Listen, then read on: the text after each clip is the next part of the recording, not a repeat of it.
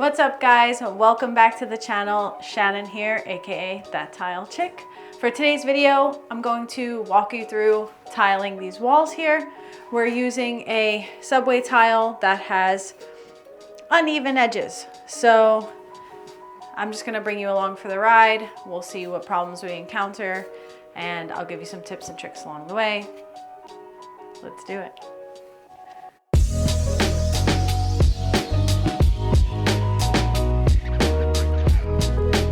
All right, so before we get into it, some general housekeeping guidelines, if you will.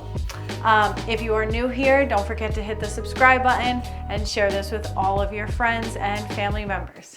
Today's video, again, we're gonna be going through tiling these walls here, and hopefully we don't run into any issues, but probably, most likely, we will. All right, so yesterday we got everything prepped. We threw up our laser. Chris is blocking it right now so you can't see it. But because of our layout video, which we will post before this video of how we got our layout, we set our laser at the desired height and then we pre-cut all of our tiles to fit. We got our tub within, an 1/8 inch level. So like, it's an 1/8 inch bigger over here than it is over there. So pretty much the tub is like sitting this way a little bit. That's okay. We threw up our laser line and we made sure we adjusted the cuts for that. So now the only next thing to do after you make your cuts is to get started tiling. I like to leave my laser up so that I know that I'm tiling to a level line. I want to make sure all my lines match up around the whole tub. So if you haven't invested in a laser, I highly suggest you do so. It makes your life so much easier.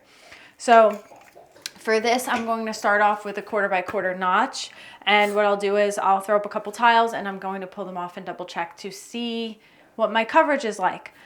If I'm not getting enough coverage, I'll probably go to another trowel and see how that is. But that's generally the rule.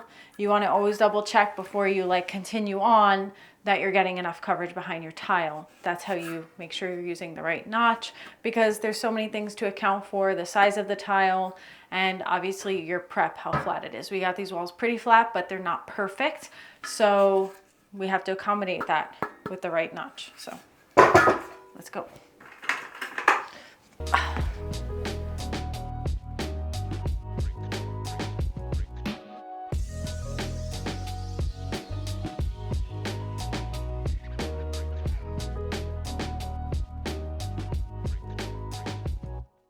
All right, so we're moving along. Ugh. We got the first 3 rows happening. The tiles are not the same sizes and all of the edges have like, you know, just varying, I don't know what you call this, but it just almost is like handmade. So it's very hard to get everything perfectly uniform. So we're using spacers and wedges to make sure that we're lined up as much as possible. So it's not going to be absolutely perfect, but the only thing we can do is, you know, make a lot of little adjustments to make everything work as best as possible.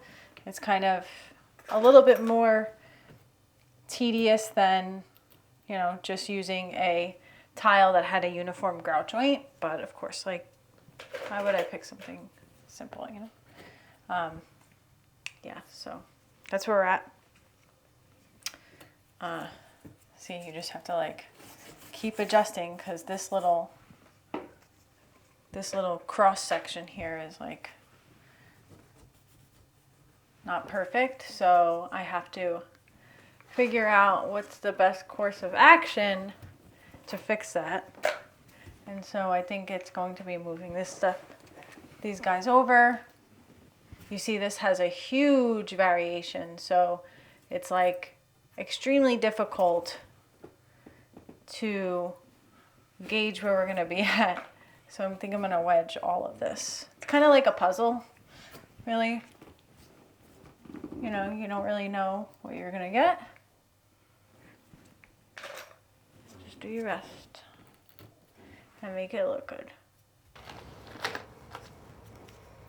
All right, so now we cut in this first row for the back wall here.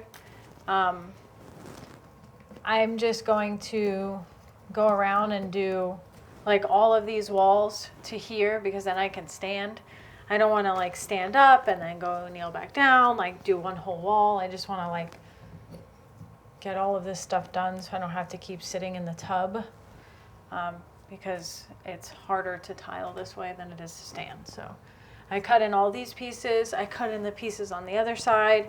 I'm just getting this situated. After doing this back wall, these are a lot easier because I kind of like, I got my flow. Like I said yesterday, the tiles are all textured and different sizes and the edges are different. So like the grout joints aren't going to be exactly perfect, but I just want to make sure I'm staying on my lines, and just getting your first row set and making sure you know where you're going is really all you need to do. And then you just like go with the flow after that. So we're gonna hopefully I can. Yesterday I was averaging 30 minutes a row, so hopefully I could beat that today. All right, so with a tile that's like very textured like this, and with non-uniform grout joints, like it makes it a little bit harder to make sure you're not getting any lippage with your tile. So I like to set them like this. I will set the tile. Always make sure you're collapsing your ridges. Right, I'll set the tile and I push them close together so that I can feel with my finger. Now, like, again, these tiles, they're different sizes and different thicknesses. They're not all perfect, but what I don't want to happen is for my eyes to go wonky while I'm setting and then like leave a tile like, you know, just all cockeye more than what it needs to be, you know, like, so I like to get them nice and close together and make sure that they are, you know, flat as possible. Give it a quick little clean. And then I'll go through with my spacers and space them out, because you have some time before the tile gets hard and you can't move it anymore. So that's what I'm doing now. Kind of speeds up the process a little bit and helps you, because, you know, once you're done messing with it, you're done messing with it.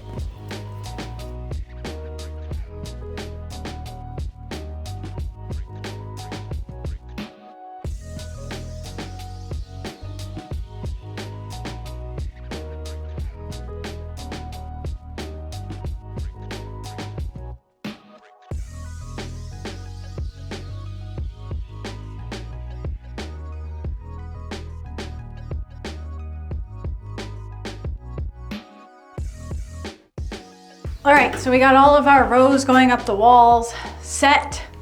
We got our miters set for the front of the window. Next thing to do is to set the miters under here. And then we're pretty much done. The very last thing we have to do is add one more row of tile here, which is going to go all the way from the ceiling to the floor outside the tub.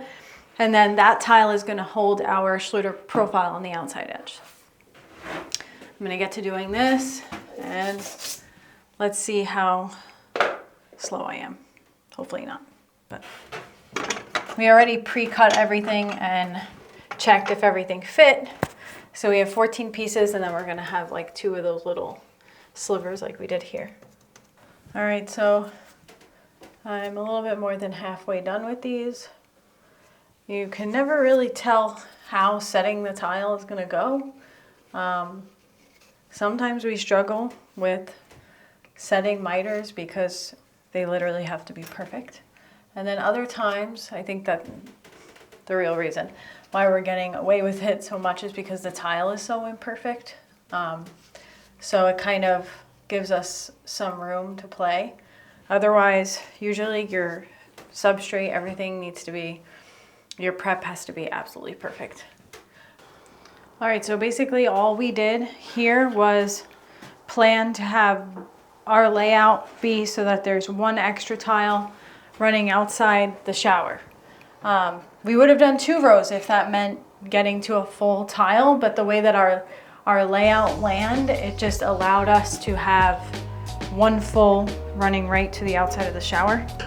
And now we're just adding, these are the Schluter profiles. This one is the it's aluminum. They do make these colors in PVC too. We like to use the PVC a lot. I just think that it's more durable. They just didn't have this color in PVC when we went to go pick it up, so we got aluminum. I think that the advantage of having the PVC is that you can't even tell. It won't scratch. You know, if you get dried thinset on it and you like try to scrape it off, you might scratch this. So you just have to be a little bit more careful. But really, that's what this is. And we got the gray because we want it to kind of blend in with our grout. We don't really want it to stand out or be the same color as our fixtures. So that was the thought process there. Last tile.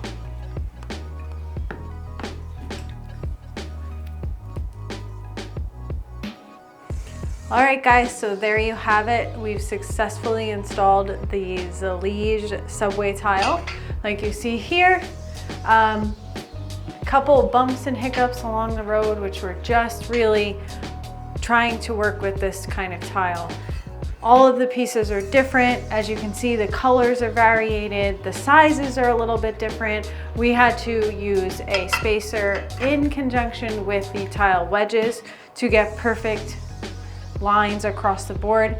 The biggest issue that I see anybody running into with this type of tile is making sure your inside corners, like over here, line up. Your best course of action, if you followed along this video, is to start off with your first row, throw up a laser or use a level and use that as your first guiding row. I did a couple of rows on the back, and then I started on my sides, making sure that everything was somewhat perfect. I have very even lines across the entire shower, so the only way to really achieve that is to use wedges in conjunction with your spacers, and don't drive yourself crazy trying to get exactly perfect grout joints with this kind of tile. It's just not going to happen. So there is so many different types of Zellige tiles out there. If you are installing the square ones that kind of look like there's like a back miter, those aren't supposed to be used with spacers. You can install those with just the wedges. But just make sure that you are checking with your manufacturer for whatever tile you're installing and checking with their recommended spacing size. That will alleviate a lot of your headaches. So that's it for this video. I hope you like this project. I'm so happy with the way it came out. And if you haven't been following along, there's a ton of videos before this of demo to prep to how we got to this point here. So we will drop the links below. In addition, I'm going to post a couple more videos about this project, about the miters around the window, etc., etc. So if you want to follow along, check the box below for all of that information. And as always, if you haven't done so already, please don't forget to subscribe. Me and Chris appreciate you so much. Thank you for watching, and we'll see you next time.